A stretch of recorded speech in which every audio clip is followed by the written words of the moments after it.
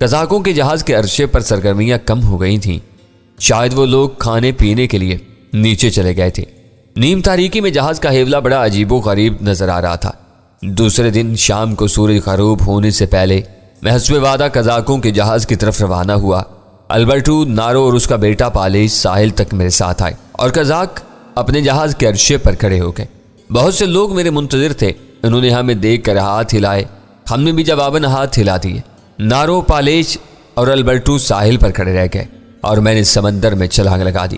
تھوڑی دیر تک تیرنے کے بعد میں ان کے جہاز تک پہنچ گیا۔ رسی کی سیڑھی نیچے لٹکا دی گئی اور میں اس کے سہارے اوپر پہنچ گیا۔ سب سے پہلے میرا خیر مقدم کرنے والا انتونیو تھا، جس نے اسپانوی زبان میں خیر مقدمی کلمات کہے اور مجھ سے معانقہ کیا۔ اس کے پیچھے یاگو کھڑا تھا، جس نے انتونیو کی وساطت سے میرا شکریہ ادا کیا کہ میں نے اس کی دعوت کو شرف قبولیت بخشا۔ یاگو کے پیچھے اس کے دوسرے لوگ کھڑے ہوئے تھے۔ یاگو کی معیت میں ہم لوگ عرشے سے نیچے اتر کر ایک کشادہ کمرے میں چلے گئے، جہاں میز اور کرسیاں لگی ہوئی تھیں اور میز پر شراب کی بوتلیں کرینے سے چنی ہوئی تھیں اور ساتھ ہی بہت سے گلاس بھی رکھے ہوئے تھے۔ چند برتنوں میں تلی ہوئی مچھلی اور جھینگے بھی موجود تھے، جن کی خوشبو سے سارا کمرہ مہک رہا تھا۔ یاگو نے مجھے ایک کرسی پر بیٹھنے کا اشارہ کیا، میں خاموشی سے بیٹھ گیا۔ یاگو اور اس کے علاوہ 5 آدمی اور کمرے میں داخل ہوئے تھے اور سب کے سب میرے ساتھ کرسیوں پر بیٹھ گئے۔ ہمارے لیے یہ اعزاز کی بات ہے معزز سردار کہ تم ہماری دعوت قبول کر کے ہمارے جہاز پر آئے، یاگو نے کہا۔ اس کی آنکھیں اور اس کے لہجے سے منافقت صاف جھلک رہی تھی۔ امید ہے کہ تم نے کل کے ناخوشگوار واقعات کو بھلا دیا ہوگا۔ ہم نے بھی اپنے ان ساتھیوں کے المناک موت کے واقعہ کو فراموش کر دیا جو کل تمہارے ہاتھوں مارے گئے۔ تم ایک بہادر اور باہمت انسان ہو اور ہم لوگ بہادروں کی قدر اور عزت کرتے ہیں۔ تم ہمیں اپنا دوست پاؤ گے۔ تمہارا شکریہ، میں نے جواب دیا۔ میں نے کل کے واقعات کو فراموش کر دینے کی پوری کوشش کی اور مجھے امید ہے کہ اب ہمارے درمیان ایسے ناخوشگوار واقعات کا ذکر ہرگز نہیں ہوگا۔ میرے الفاظ کا انتونیو نے پرتگیزی زبان میں ترجمہ کر کے یاگو تک پہنچایا اور اس نے مکارانہ انداز میں گردن ہلائی۔ اسی دوران یاگو نے ایک بوتل اٹھائی اور میں نے محسوس کیا کہ یہ بوتل دوسری بوتلوں سے اس طرح الگ رکھی ہوئی تھی گویا اسے خاص طور پر الگ رکھا گیا ہو۔ اس نے اس بوتل کو کھولا اور اس میں سے ایک گلاس میں مشروب انڈیلتے ہوئے بولا، یہ ہمارے جہاز میں اس وقت موجود اعلیٰ ترین شراب کی سب سے پرانی بوتل ہے اور یہ پوری بوتل معزز مہمان کے لیے وقف ہے۔ اس میں سے سردار ٹیابو کے علاوہ اور کوئی نہیں پیے گا۔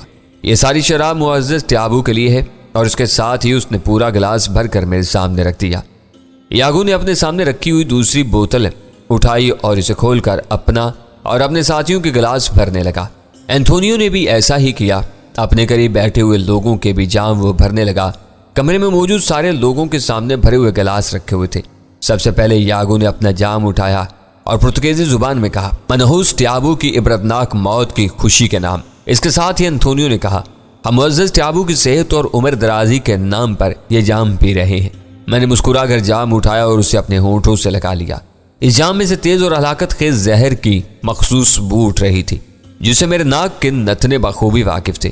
نہ جانے کتنے لوگوں نے مجھے زہر دینے کی کوشش کی تھی اور کتنی بار میں نے زہریلے مشروب کے گھونٹوں کو اپنے حلق سے نیچے اتار کر زندہ و سلامت رہ کر اپنے دشمنوں کو مایوس کیا تھا۔ جیسے ہی میں نے جام اپنے ہونٹوں سے لگایا، کمرے میں موجود تمام لوگوں نے پہلے تو کندکیوں سے ایک دوسرے کی طرف دیکھا اور پھر سب کے سب میری شکل دیکھنے لگے۔ میں نے ایک ہی سانس میں گلاس خالی کر دیا۔ شراب واقعی بے حد لذیذ اور ذائقہ دار تھی۔ زہر نے اس کے ذائقے میں کوئی تبدیلی پیدا نہیں کی تھی۔ میں نے خالی گلاس رکھ دیا تھا۔ اس اثنا میں باقی لوگ اپنے اپنے گلاسوں سے ایک ایک دو گھونٹ پی رہے تھے۔ میں نے جب اپنا گلاس خالی کر کے میز پر رکھا تو ان سب لوگوں کے اندر ایک بار پھر طمانیت کی لہر دوڑ گئی۔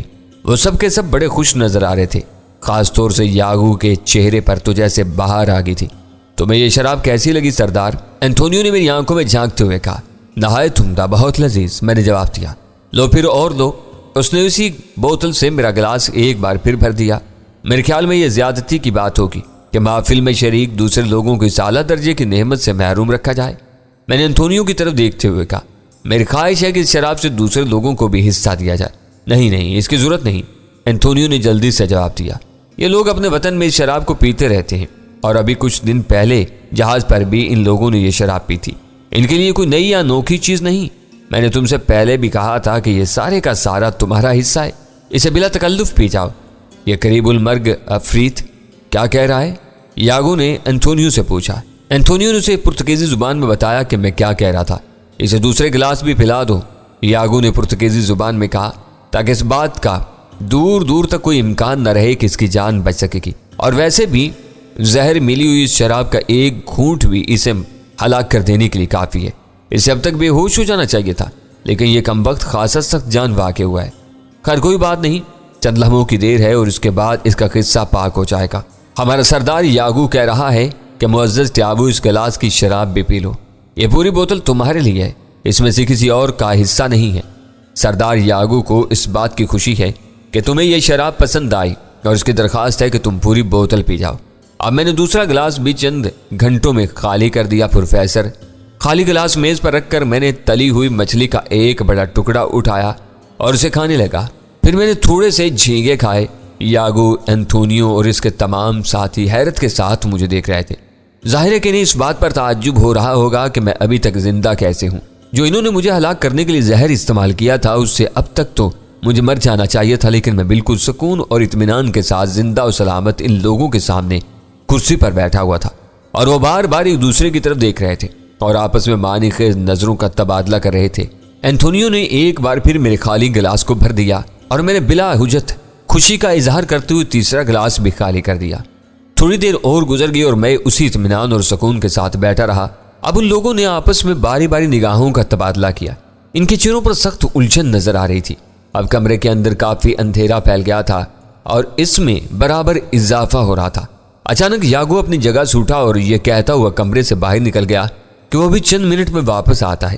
میں نے سمجھنے کے انداز میں اینتھونیو کی طرف دیکھا، جس نے مجھے بتایا کہ یاگو ابھی واپس آ جائے گا۔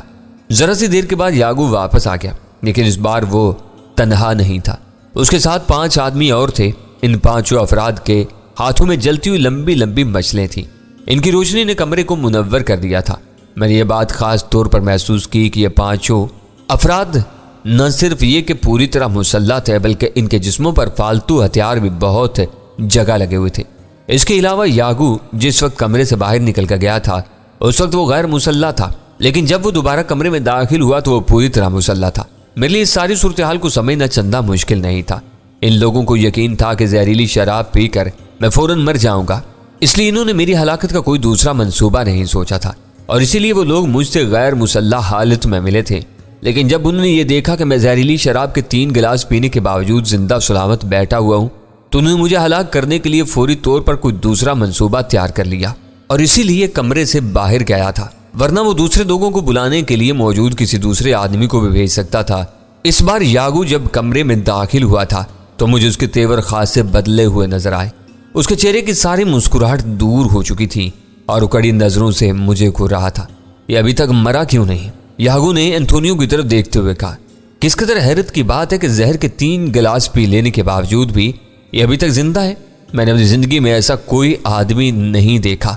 ایسا معلوم ہوتا ہے کہ یہ کم وقت جنگلی حبشی کوئی ایسی چیز برابر کھاتے رہتے ہیں کہ زہر ان کے جسم پر اثر نہیں کرتا۔ ہر کوئی بات نہیں، زہر کا توڑ تو ہو سکتا ہے، لیکن کیا آگ سے جل کر جسم بھسم ہو جانے کا بھی کوئی توڑ ہو سکتا ہے؟ اس نے مسکراتے ہوئے کہا۔ معزز یاگو کیا کہہ رہا ہے؟ میں نے انجان بنتے ہوئے پوچھا۔ یاگو یہ کہتا ہے کہ اب اندھیرا ہو گیا ہے اور وہ اپنے ساتھ مچھلیں لے کر یہاں آیا ہے تاکہ ہم لوگ اطمینان سے اپنا شغل جاری رکھ سکیں۔ یاگو چاہتا ہے کہ تم یہ شراب پیو۔ کیا میں تمہارا گلاس دوبارہ بھر دوں؟ تمہاری مرضی، میں نے مسکراتے ہوئے کہا۔ میرے اشارے کی دیر تھی۔ اینتھونیو نے ایک بار پھر گلاس بھر دیا۔ یہ پوری بوتل پی جائے گا، اس کے باوجود بھی نہیں مرے گا۔ یاگو نے اپنے لہجے کی نفرت کو چھپانے کی کوشش کرتے ہوئے کہا۔ مجھے یقین ہے یہ زہر اس پر اثر نہیں کرے گا۔ یہاں ہو سکتا ہے کہ اس کی جسمانی قوتوں کے لحاظ سے یہ مقدار اس کے لیے ناکافی ہو، لیکن ظاہر ہے کہ ہم اسے گھڑا تو پلا نہیں سکتے۔ بہرحال اسے پوری بوتل ختم کر لینے تو شاید کچھ اثر ہو جائے اور ہم لوگ لمبے چوڑے ہنگامے سے بچ جائیں۔ یاگو کہہ رہا ہے کہ تمہیں یہ پوری بوتل ختم کر دینی چاہیے، اینتھونیو نے مجھ سے کہا۔ اسے اس بات کی بہت خوشی ہے کہ تمہیں ہماری یہ شراب پسند آئی، اور اب وہ یہ چاہتا ہے کہ تم پوری بوتل خالی کر کے یہاں سے اٹھو۔ اینتھونیو نے مجھ سے کہا، میں اپنے دوستوں کو مایوس نہیں کروں گا۔ میں نے جواب دیا اور چوتھا گلاس بھی اٹھا کر منہ سے لگا لیا اور ذرا دیر میں اسے خالی کر دیا۔ میرے سامنے رکھی ہوئی بوتل میں اب زیادہ شراب باقی نہیں بچی تھی، شاید مشکل سے 1 گلاس رہ گیا ہوگا۔ کمرے میں داخل ہونے والے مچل برداروں میں سے 3 لوگ میرے پیچھے کھڑے ہو گئے تھے اور وہ ادھر ادھر کھڑے تھے۔ میں نے یہ بات محسوس کی کہ انہیں دانستہ طور پر اس طرح کھڑا کیا گیا تھا کہ میں ہمہ وقت ان کے حملوں کی زد میں رہوں۔ میرے علاوہ دوسرے لوگ بھی اپنے اپنے گلاسوں سے شراب پی رہے تھے، لیکن ان میں سے کسی نے بھی ابھی تک پورا گلاس ختم نہیں کیا تھا، جبکہ میں اس اثنا میں 4 گلاس خالی کر چکا تھا۔ اس سے کہو کہ یہ بچی کچی شراب بھی اپنی قبر نما پیٹ میں انڈیل لے تاکہ یہ قصہ ختم ہو جائے۔ اس کے بعد میں دوسری کارروائی کروں گا۔ یہ بات تو طے ہے کہ اسے یہاں سے کسی حالت میں بھی زندہ واپس نہیں جانے دینا۔ یاگو کہتا ہے کہ تم باقی شراب بھی پی کر اس بوتل کو خالی کر دو۔ اینتھونیو نے مجھ سے کہا وہ چاہتا ہے کہ جب تم ہمارے پاس سے جاؤ تو تمہیں ہماری طرف سے کوئی شکایت نہ ہو، تو مکمل طور سے سیر ہو کر جاؤ، اور اس کے ساتھ ہی میں نے بچی کچی شراب بھی اپنے گلاس میں انڈیل لی۔ پروفیسر، میں خود بھی بور ہو گیا تھا پروفیسر، اور میں چاہتا تھا کہ جلد از جلد اس کا اختتام ہو جائے، اور میں نے فوراً منہ لگا کر اس گلاس کو بھی ایک سانس میں چڑھا لیا۔ اس کے ساتھ ہی میں نے مچھلی کا ایک اور بڑا ٹکڑا اٹھایا اور اسے کھانے لگا۔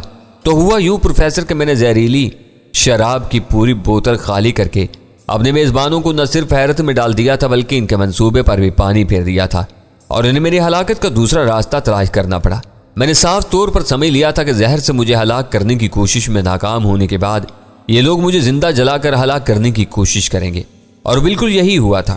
جب تھوڑی دیر اور گزر گئی اور میرے جسم پر زہر خورانی کے کوئی اثرات نمودار نہیں ہوئے تو یاگو نے آہستہ سے اپنے ساتھیوں سے مخاطب ہو کر پرتگالی زبان میں کہا، میرا خیال ہے کہ اب مزید انتظار کرنا فضول ہے۔ یہ شخص سخت گوشت پوست کا بنا ہوا معلوم ہوتا ہے، اس پر زہر اثر نہیں کرتا۔ زہر کی جتنی مقدار اس کے پیٹ میں اب تک جا چکی ہے وہ بلا مبالغہ کم از کم 50 انسانوں کو ہلاک کرنے کے لیے کافی ہے، لیکن ابھی تک یہ ہٹا کٹا بیٹھا ہوا ہے۔ میرا خیال ہے کہ اب زیادہ وقت برباد کرنے کی کوشش نہیں کرنی چاہیے، ہمیں اپنا دوسرا کام کر دینا چاہیے۔ میری بھی یہی رائے ہے، اینتھونیو نے اتفاق کرتے ہوئے کہا۔ اس شخص پر تو زہر نے اثر نہیں کیا، لیکن دنیا میں آج تک کسی ماں نے ایسے سپوت کو جنم نہیں دیا جس کے جسم پر آگ اثر نہ کر سکے۔ اب دیکھنا یہ ہے کہ یہ مچل برداروں سے بچ کر کہاں جائے گا۔ ٹھیک ہے، یاگو نے اپنی نشست سے اٹھتے ہوئے کہا، میں اور دوسرے 2 لوگ دروازے کو روکتے ہیں۔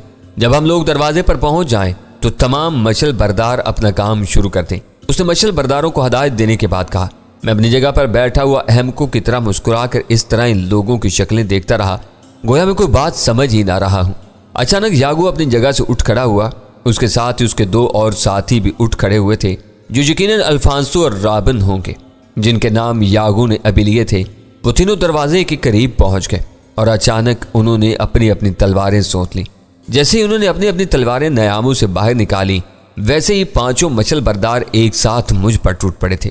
3 مچل بردار جو میرے پیچھے کھڑے ہوئے تھے انہوں نے اپنی اپنی مچلیں میری گردن، شانوں اور پشت سے چپکا دی، اور جو 2 لوگ آگے کھڑے ہوئے تھے ان میں سے ایک نے اپنی جلتی ہوئی مچل میری گردن میں گھسیڑ دی اور دوسرے نے مچل سے میرے پیٹ پر وار کیا۔ ان سب کو اس بات کا کامل یقین تھا کہ اب ان کے کانوں میں میری دل دہلات دینے والی بھیانک چیخیں تو گونجے گی۔ میں کسی دیوانے کی طرح کمرے میں ادھر ادھر دوڑوں گا